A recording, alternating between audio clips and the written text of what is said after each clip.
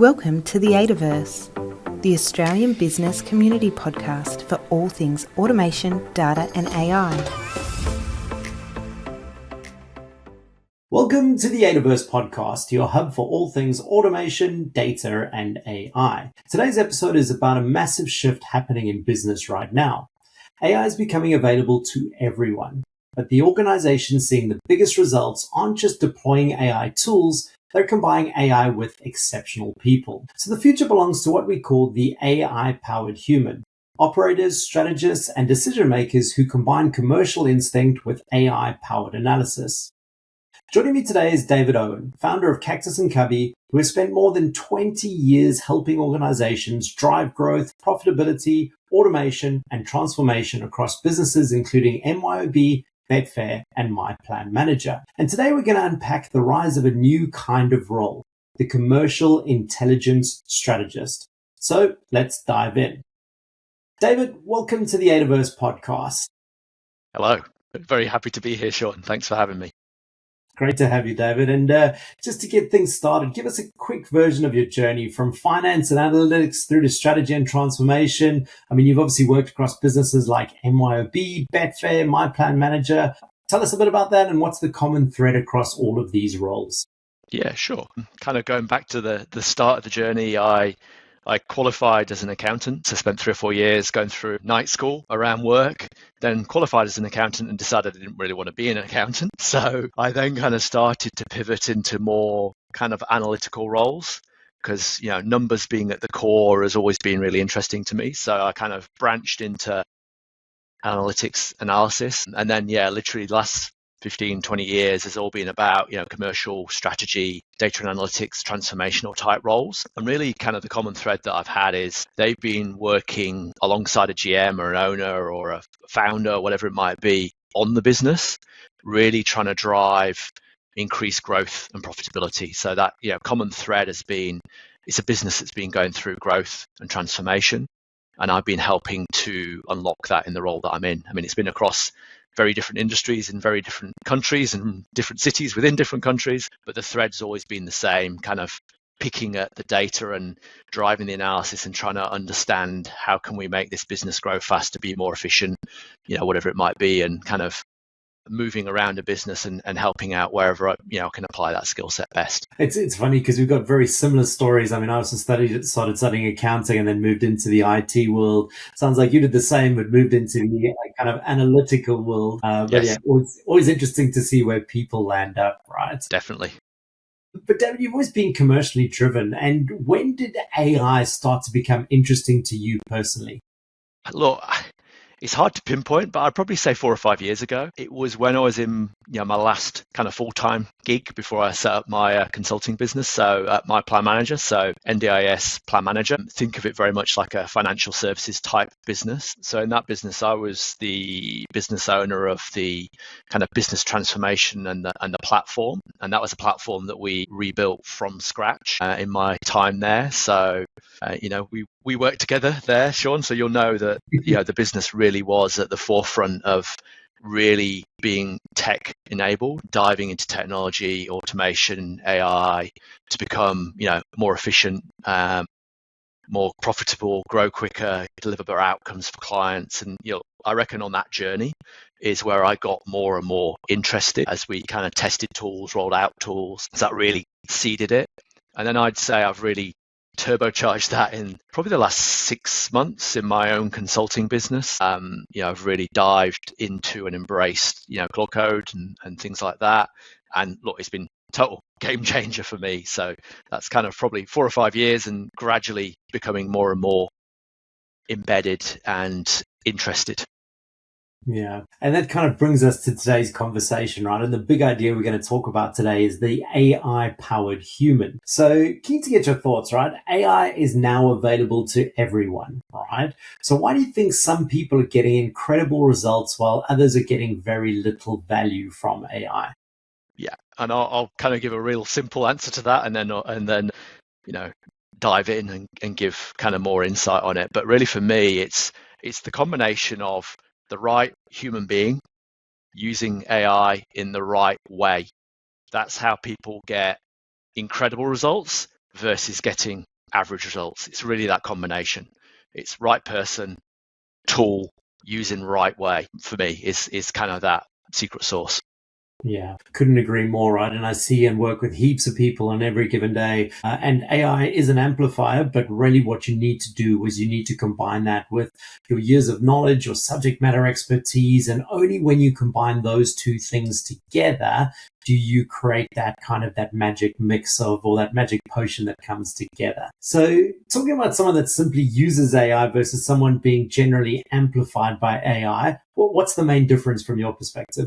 Yeah, so look, for me, it's as I touched on there, it's how you use it, not just that you're using it. So there's been stacks of pieces of research that I've seen about, stats of AI kind of usage. And if you look, the vast majority of people use one, maybe free version of, say, ChatGPT. You've got a tiny fraction, maybe 1, 2, or 3%, that are using more than one tool and more than one paid version of tools.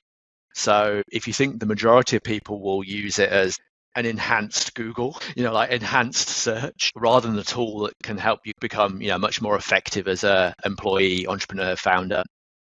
To me, being amplified is how deeply you're engaging, how quickly you're learning new tools, thinking AI first when you're dealing with a problem, working on a project, working on an engagement. Thinking of it as a tool that you have in your tool belt to make you more effective, to think smarter, to solve problems. And really, to me, it's all about learning to effectively use it. So how do you prompt, be specific, give it context? Because the old, rubbish in, rubbish out. And I've seen too many people that will go onto a tool, give a really generic or wishy-washy prompt, get a really poor answer, and then write AI off as it's not, what's all the hype about, whereas you're not actually engaging with it effectively to maximize the value you can get out of it. Yeah, absolutely right. And I think we both agree that AI makes great operators exponentially better, right? And we've often spoken about AI is not the advantage anymore, that people are. And kind of some of the things we're going to talk about today absolutely kind of resonate with that idea. Yeah. So moving across to kind of some of the problems that most businesses have, right? So most organizations today have lots of data. They got dashboards everywhere. They got reports everywhere, but they still struggle to make decisions, right? I'm keen to hear your thoughts. Why do you think that is? Why do we see that across many organizations?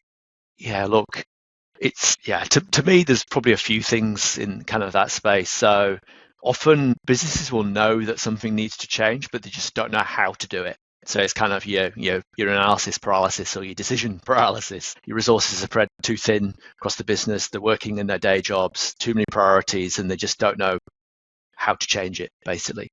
To me, then there's also, and I see this a lot, I've seen it through my career, I see it in my consulting business, the data is everywhere but nowhere. So, disparate data sets, disconnected data sets.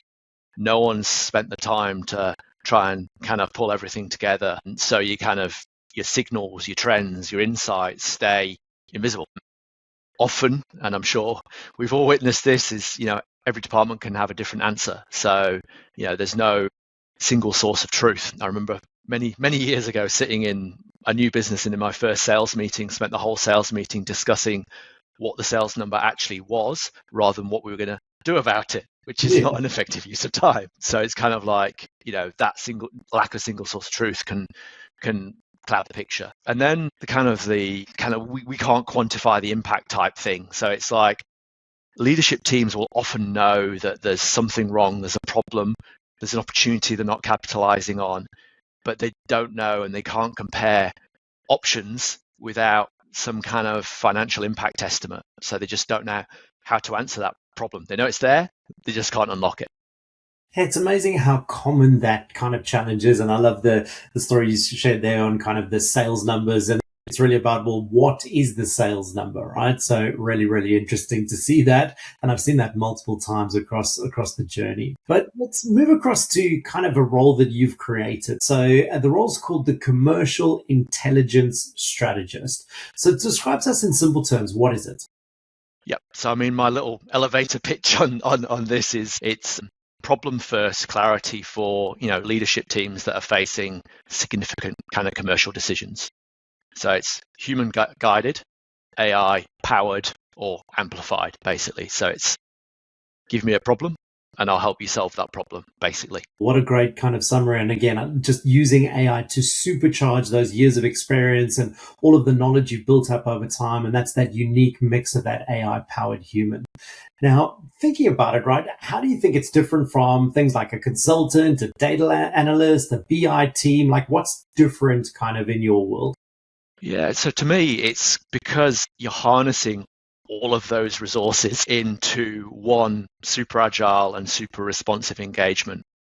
So you are getting a deeper, richer insight in a fraction of the time and investment that a more standard kind of consulting type engagement would deliver. So you speed to insight and your costs are way down because you're leaning on the AI to do the heavy lifting and using that commercial nous and understanding to orchestrate and guide. So yeah, it's deeper, richer insights, quicker and cheaper. Yeah, beautiful, right? Now, let's talk about a little bit about the process, right? Just to frame the process, like I understand you go through framing the problem, you define hypotheses, you use AI to interrogate the data, and then you translate those insights into decision-ready options. But talk us through that. It's like, take us through a day in the life of David when you're running the commercial intelligence strategist role. Yeah, sure. It's good fun. I really enjoy these engagements. But yeah, I mean, it really starts with defining and agreeing what I call a problem statement. So this is how you can ensure you get that super focused question, opportunity, challenge that you're seeking to answer through the engagement. Because as we both know, and I'm sure many people know that are listening, watching, the more focused you can be with AI, the better, and the better the answer. So we start with definition, get focus. Then we kind of move on to defining kind of hypotheses and methodology. So the problem that we've agreed, how are we going to answer that? What's the approach we're going to take? What's the data that's available to answer that? What's the extra context that we can add to help solve the problem? I'll always start with building the methodology in the model. Then the next phase is then start then the fun bit. That's the kind of the human guided AI interrogation of the data. So it's building and rapidly iterating the model. Again, the beauty of leveraging frontier AI, you can build and iterate at speed, test hypotheses, test new data sets. Once you've then started to go through that process, we then move into kind of translating that into the actionable insights and options. So this is the value that we're delivering out of the kind of commercial intelligence strategist role, which we then harness into the some executive kind of focused outputs. So every engagement, we do a couple of things, which is a insights and actions pack. So this is where to focus, where not to focus, and why.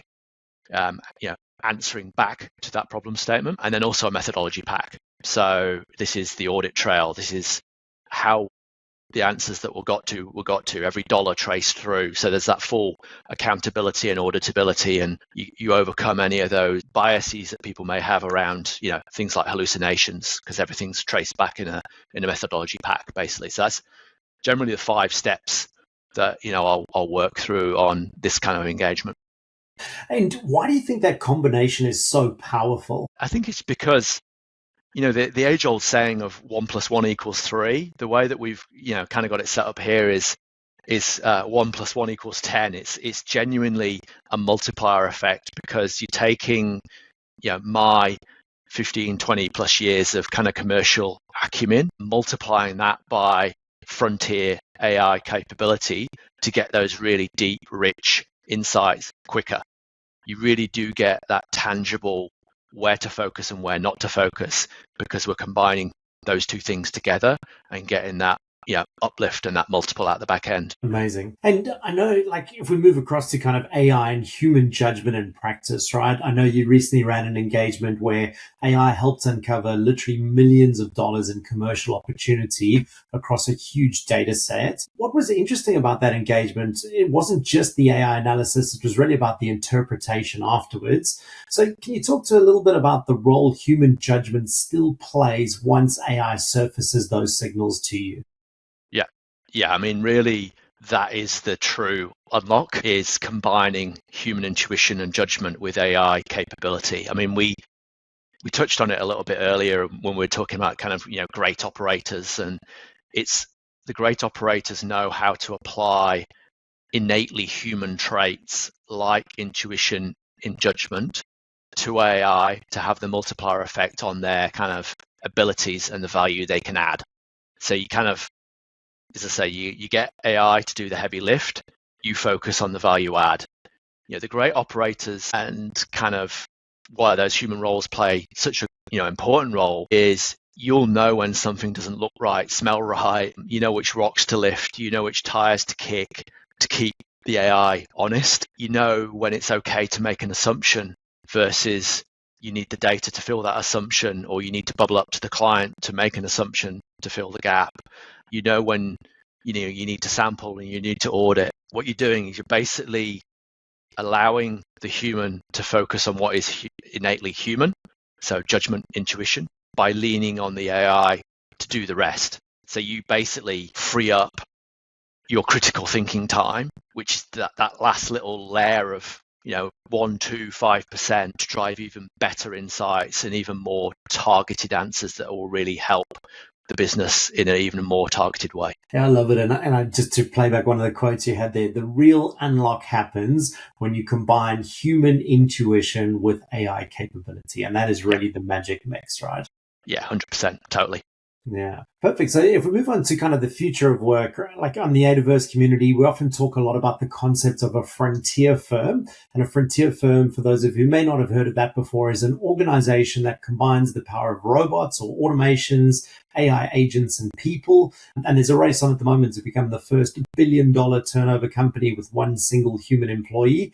And the only reason they're going to be able to get there is by becoming a frontier firm, a firm that combines robots, AI agents, and in that case, one single person. But let's go to the people side. So where do you think the AI-powered human fits into that frontier firm future? Yeah, I mean, look, to me, maybe I'm biased, but I think they're front and center, and they're going to play a really key role.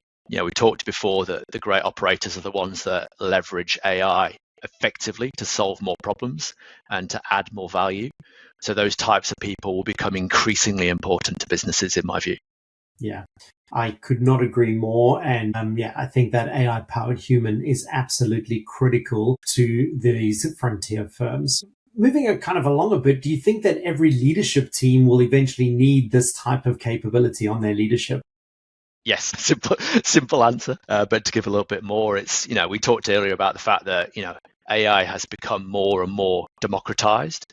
So, if you do a poll of, industry at the moment, I'm sure the vast majority of businesses are using AI. But again, it comes back to for a business to stand out and to win, you need to use AI effectively, not just use it. And this type of role is the role that can help make sure you are using it effectively. And again, not just using it. So there's parallels for businesses and people. Everyone can use it, but let's make sure you're using it the most effectively, because if you're using it effectively, you're going to stand out. Yeah, absolutely. And obviously a very exciting space, moving at light speed, but what excites you most about where all of this is heading? Yeah, I've got, as I said, I've kind of been into this for the last 4 or 5 years, really into it for the last kind of 12 months or so. But it's the fact that we as employees, founders, entrepreneurs, have got this phenomenal capability and technology that we can all use. It's something it's not limited to an elite or a small portion of people. It's available to all of us, willing to engage, willing to learn, and willing to use it. That to me is the exciting thing. Absolutely. And I guess there's lots of people listening and watching. And for someone that might be listening or watching right now, what's some advice you can give them? Like, how do they become more AI powered in their own role? Yeah, look, I'm a firm advocate of you start by starting and you do by doing. So, and AI is no different to that. So it's get stuck in and learn is really the way that I think about this. And the way that I always think about when I'm learning things like this is start with something small, contained. I always talk to people about limiting your blast radius of, if you do something and you screw up and it goes wrong, you've done it in a smaller, contained way. But that's the way to start. So if I actually, to make it kind of come to life a little bit more, how I learned Claude Code, So my wife runs a business on eBay selling secondhand books. And so she'll source from charity shops and op shops, restore, sell on eBay. Her limiting factor really is finding books. There's only so many kilometers she can drive to find things. So my first kind of Claude Code test was I built a little sourcing analyst for her that would look at her best-selling, most profitable books and then try and find them online with a margin. So that was kind of my foray into Claude Code. But that was the way I learned. I just took a real world practical problem that was small and contained and just tried it. Yeah. Awesome. Start by starting and do by doing, I think is what you said. I really like that. And obviously in this new AI world, right, there's different skills that kind of might be more relevant than others. What type of skills do you think matter most in the AI era? Yeah, look, to me, there's two. There's two really critical ones. So curiosity and open-mindedness. So curiosity is that, having that willingness and that mindset to lift rocks, to kick tires, to ask questions, read, listen, learn, try, poke, prod, whatever it might be. Just be curious about this space. This is everywhere now. So, be curious and seek to learn. And then linked to that really is this open-mindedness. So don't be scared. Give it a go. Think of these tools as tools to learn that are going to help supercharge you and your career or your business, your capabilities and your skills. So be curious, be open-minded. Yeah, I love that. Be curious, be open-minded. I often use the saying, stay curious, right? Just to keep your mind active, thinking about different things. I think a lot of people tend to get scared by this stuff because it is new. But the thing I'll encourage all the listeners and viewers is this is new for everyone, right? So it's not like you can hire someone with 10 years worth of experience. This is new. So you just need to keep trying and keep going. And there's massive benefits to be had. Now, lastly on that, do you think there's a certain mindset shift that people need to make to start kind of on this AI journey? I think it's echoing back what you just said. Don't be scared.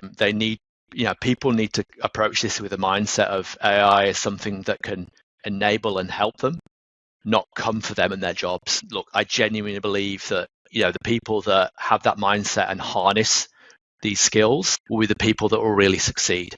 So I think that's the key shift. And I think what you said as well is really pertinent. Is this is a brand new space, and even every day things are evolving. So you're never going to know it all. No one can ever profess to be a true expert. And if someone does profess to be a true expert, I'd be running for the hill and not necessarily believing that they can be a true expert because the space is moving so quickly. So just be comfortable that you're not going to know everything and you can't know everything. But so that's what I'd say on that. Yeah, I often say to people, the most important thing is just to get started on the journey. And I always say AI will not replace you, but people who use AI will replace you, right? So if there's a combination of someone that's not using some of this capability compared to someone that is really like chalk and cheese. So everyone needs to be on the journey. You don't necessarily need to dive in head first, but just make sure you're on the journey, you're keeping up to date, and you're learning about this amazing technology. Okay, David, I think it's been a really, really interesting conversation talking about the AI-powered human and the commercial intelligence strategist. But coming towards the end of the episode, I always put our guests into the ADAverse hot seat, where I've got some quick-fire questions that I will put across to you, and let's see what some of your answers may be. Sure, go for it. Alrighty, to kick off, what did you want to be when you were growing up? Well, being English and growing up in the north of England, so I grew up in Sheffield in England, which is a city in the north. I was a massive Sheffield Wednesday fan, so people may or may not have heard of us. We've had a very tough last year for anyone that follows football, soccer. And so growing up, I wanted to play for them and play for England. I very quickly realised my capabilities weren't that good, so that never happened, and I ended up in where I am now, which I love. Yeah. Well, I was running a round table the other day, and there was someone that joined the round table that works for kind of some of the big kind of bodies of soccer in Australia or football in Australia. So maybe there's an AI powered human angle to that, maybe stats or different things like that, because that was a very topical part of the conversation. Maybe my Sheffield Wednesday career is not over yet. There you go. All right, moving on. What's something on your bucket list that you have already ticked off? I think for me, probably the fact I got after uni, I spent 18 months backpacking. So I was lucky enough before I dived into working, I took the opportunity kind of footloose, fancy free. Me and a few friends, we spent 18 months traveling around the world. So Australia, New Zealand, Southeast Asia, which is amazing. Yeah, so we kind of, no agendas, no time clocks. It was we went where we wanted, when we wanted, met some amazing people, saw some amazing places. Yeah, and really, it was an amazing experience, but also really helped to shape me as an individual and how I saw things and be willing to take challenges on, basically. So yeah, that was probably biggest bucket list kind of ticked off. Yeah, absolutely. I'm a big travel fan myself, and visiting different countries and seeing different cultures and all those wonderful things is certainly something money can't buy, and gives you very precious memory dividends, as I often call them. But yeah, really, really good times. Now, let me ask you the opposite of that. What have you still got on your bucket list? So probably Formula One related. So me and my son, 12-year-old son, are massive F1 fans. And so we've been lucky enough to go to Melbourne. Went to Silverstone when we were on holiday in Europe last year. We're definitely getting to more races. So I'd love to see a night race. So like Singapore, they race at night, would be really cool. And then the ultimate kind of peak bucket list would be to go to the Formula One in Belgium. There's a famous corner there called Eau Rouge. It's basically, for people that don't know F1, it's like this uphill sweeping corner where Formula One cars go full beans up a hill round a sweeping corner. So sitting at the top of that, seeing the Formula One cars come up would be amazing. Yeah, awesome. It's funny because two things. I recently watched the F1 movie. It's been on my watch list for ages, and I finally got to watch it, which was awesome for anyone who hasn't watched it. And this past weekend, I was in Bathurst. My son was playing a rugby game, and Bathurst is one of the few kind of towns in the world where you can drive around the racetrack, and there's Mount Panorama there. And just you describing that turn in kind of Belgium, you can go through that racetrack and you dip through corkscrews and everything. It's a very cool experience if people are in Australia. Nice. Check that out. Yeah, perfect. Next up, if you could recommend one book to the audience, what would it be? Jeez, I mean, as you could probably see, I'm a serial reader, so forcing me to select one is hard. I reckon, keeping it relevant to today, I'd say there's a book called Mindset by Carol Dweck, Professor Carol Dweck, and it talks about the whole concept and theory of people with growth and fixed mindsets.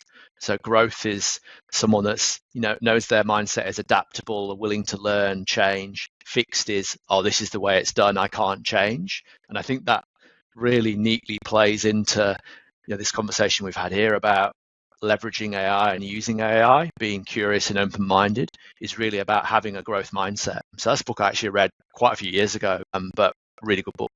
Yeah, awesome. Not one I've come across, so that will definitely be put onto my reading list. So thank you. And last but not least, on the ADAverse hot seat, how do you want to be remembered? That's a tough question, Shaun. It's deep. Look, I think for me, I'm kind of quite sanguine about this. Look, I will be remembered how I'm remembered. I don't necessarily focus a lot of time and effort on and energy on how I'm going to be remembered after the fact. I kind of focus on the here and now and how I can help people, help teams, help businesses, live my life with my family. That's what's important to me, more so than how I'm going to be remembered after this is all been and done. Yeah. So I don't actually spend a lot of time thinking about that. Yeah, very cool. And I always say, just be a good human and good things will happen, right? So all good. David, I think it's been an awesome conversation. So firstly, thank you so much for your time. But just with a final thought, if you could leave our listeners or watchers with one thing, what would that be? Get stuck in and try these tools. I think we said it a few times, but yeah, literally think of a real world problem, something in your personal life, I don't know, whatever it might be, just find something and try it, and to really have that open mind as well. So that's two, not one, but yeah, get stuck in, have that open mind. What a great way to end the episode. So thank you very much, David, for joining us once again. It's been an absolute pleasure as always. And thanks for joining us. Great. Thank you. All right. So the future doesn't belong to AI alone. It belongs to the people who know how to combine AI with experience, judgment, curiosity, and most importantly, as David suggested, action. And that's the rise of what we call the AI-powered human. So thanks for joining us on the ADAverse podcast. And remember to join us at the community at www.adaverse.com.au. Speak soon. Be part of the community by visiting adaverse.com.au. See you in the ADAverse.